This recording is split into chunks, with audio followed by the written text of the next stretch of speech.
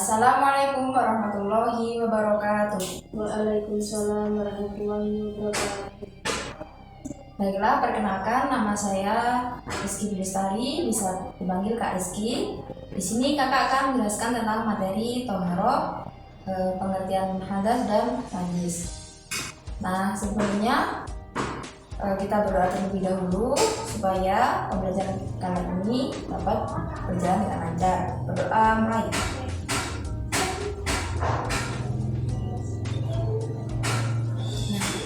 Doa selesai.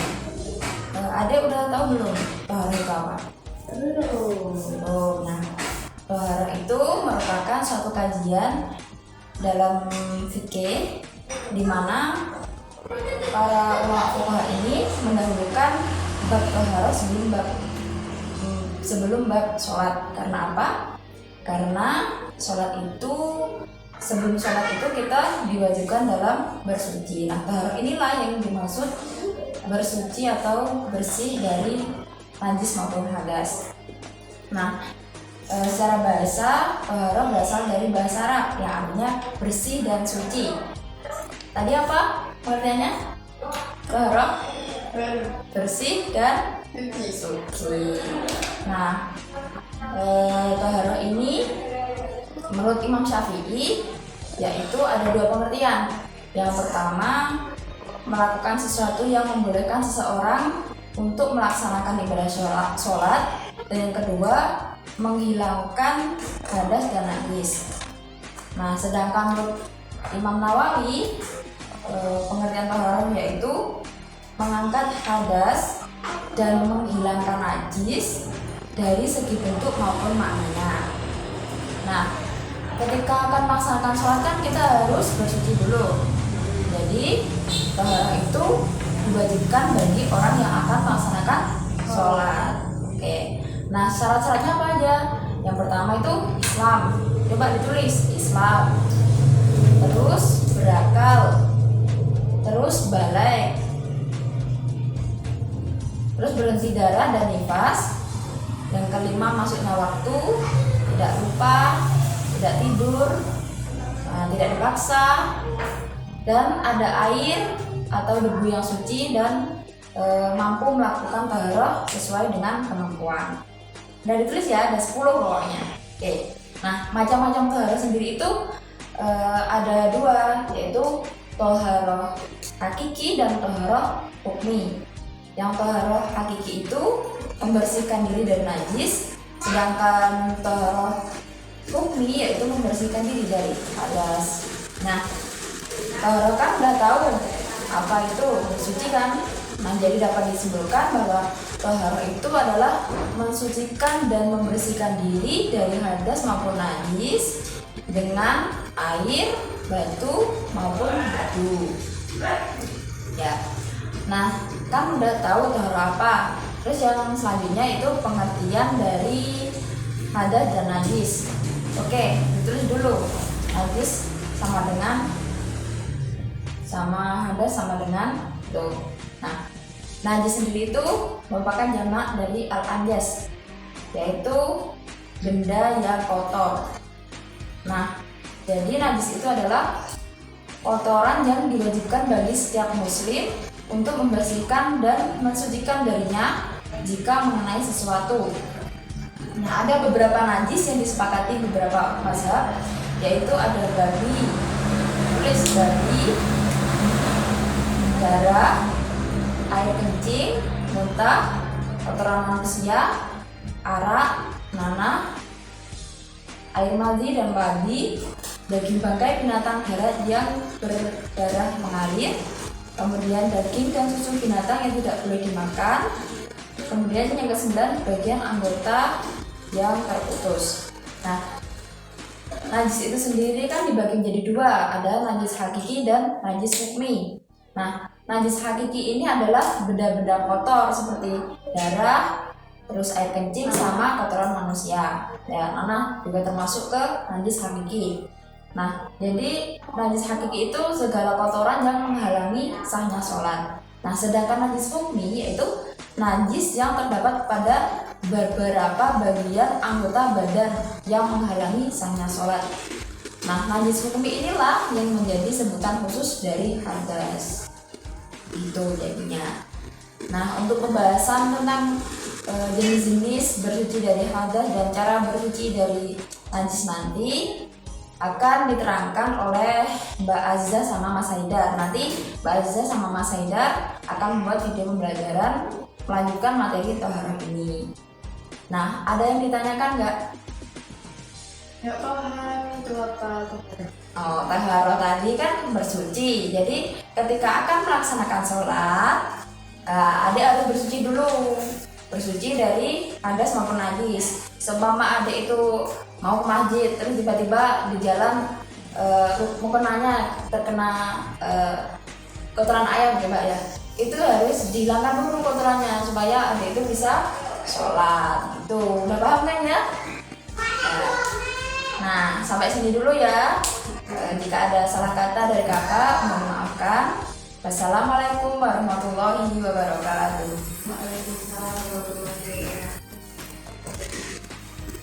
The next day. Assalamualaikum WB. Selamat pagi semuanya. Kali ini kita bertemu lagi ke pertemuan ketiga yang membahas terkait materi jenis-jenis hadas dan najis. Sebelum pelajaran dimulai, alangkah baiknya membaca basmalah. Semoga pembelajaran ini berjalan dengan lancar. Amin. Dan dimohon untuk absensi terlebih dahulu. Sebelum dimulai materi pembelajarannya, https://forms.gle/forms96/WDXCKRSU 9P68 saya kasih 15 menit ya. Waalaikumsalam WB.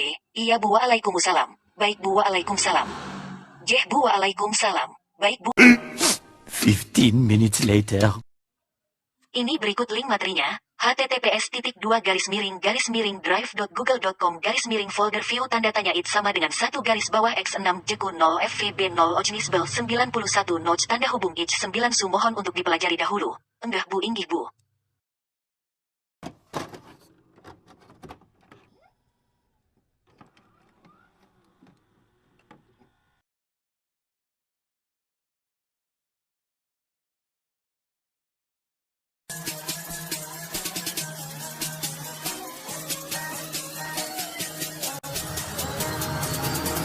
Assalamualaikum warahmatullahi wabarakatuh. Di sini saya akan menjelaskan tentang lanjutan dari Mbak Rizky Puji Lestari ya.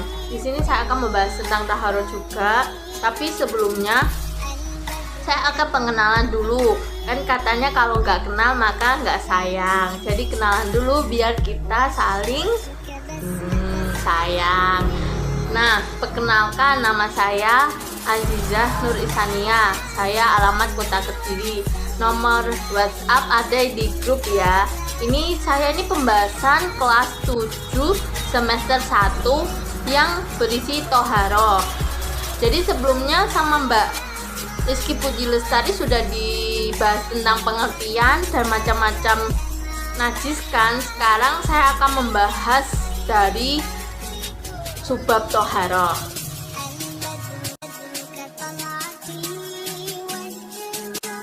Ini saya menjelaskan subbab dari toharoh yang berjudul jenis-jenis hadas dan cara bersuci. Dan di sini saya menampilkan slogan saatnya belajar, ayo semangat. Walaupun belajar di rumah kita harus semangat dan juga jaga kesehatannya. Karena musim pandemi ini banyak musim penyakit yang menyerang tubuh kita. Jadi kita harus selalu fit dan selalu semangat walaupun bekerja atau belajar di rumah saja.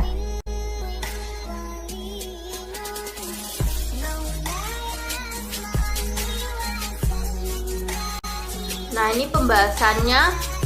Jenis-jenis hadas ada 2. Yang pertama hadas kecil, yang kedua hadas besar. Di dalam hadas kecil, hadas besar ada jenis-jenis airnya. Jadi ini yang akan kita bahas dan progresnya di pembelajaran pertemuan kita ini dengan saya Bu Aziza. Oke.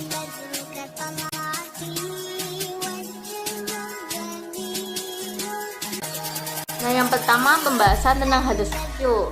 Apa sih hadas kecil itu? Keadaan seseorang yang tidak suci. Bagaimana dia dikatakan suci? Dia harus melakukan wudu, dan ketika gak ada air, penggantinya adalah tanah yang biasa disebut dengan tayamum. sebab-sebab hadas kecil apa sih? Yang pertama, karena keluar sesuatu dari dua lubang, yaitu kubul dan dubur. Kedua, karena hilangnya akal, bisa pingsan, bisa gila.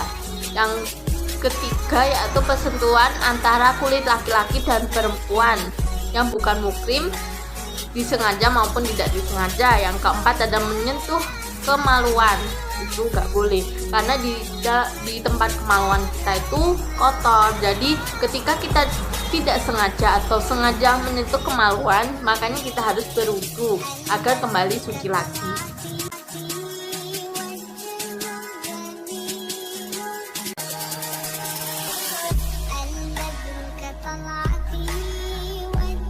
Selanjutnya adalah hadas besar. Gimana sih? Hadas besar itu keadaan seseorang tidak suci. Supaya menjadi suci maka dia harus mandi besar. Loh, kok mandi besar? Tadi berwudu. Iya, karena ini ada besar. Sebab-sebabnya ada yang pertama, jima. Karena bersetubuh antara laki dan perempuan walau keluar mani atau tidak, itu harus mandi besar. Kedua adalah keluarnya mani. Ketiga, haid ketika datang bulan. Keempat, nifas. Yang dinamakan nifas adalah keluar darah setelah melahirkan. Kelima, wiladah, yaitu keluar darah waktu melahirkan. Keenam, ketika seseorang meninggal dunia.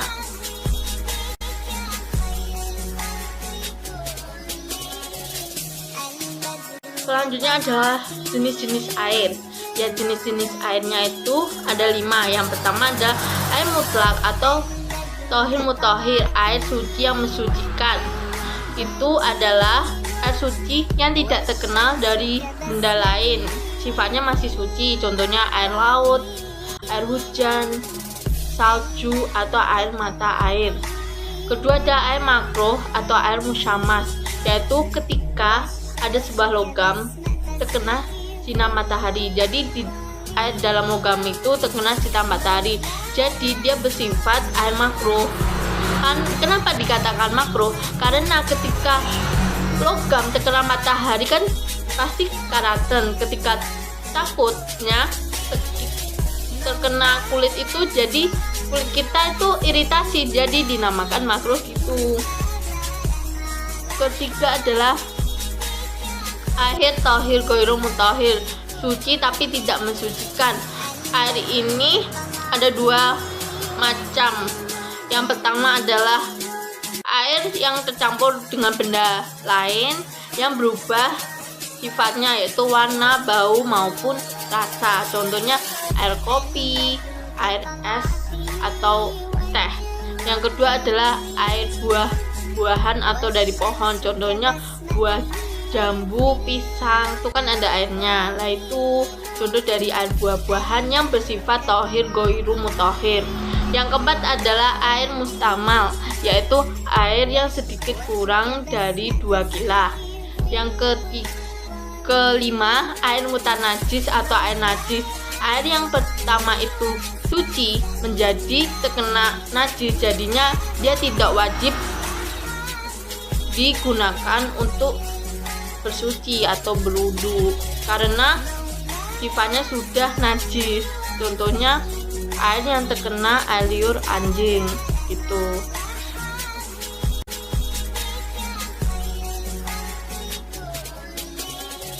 Sekian dari penjelasan saya Mbak atau Bu Azizah yang membahas tentang subab dari toharoh, yaitu jenis-jenis hadas dan cara mensucikannya.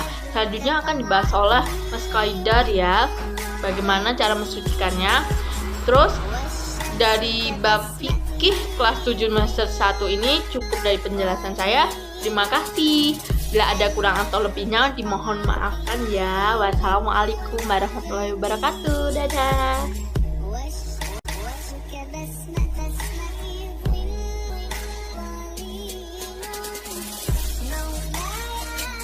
Baik, waktu sudah selesai. Terima kasih atas partisipasinya.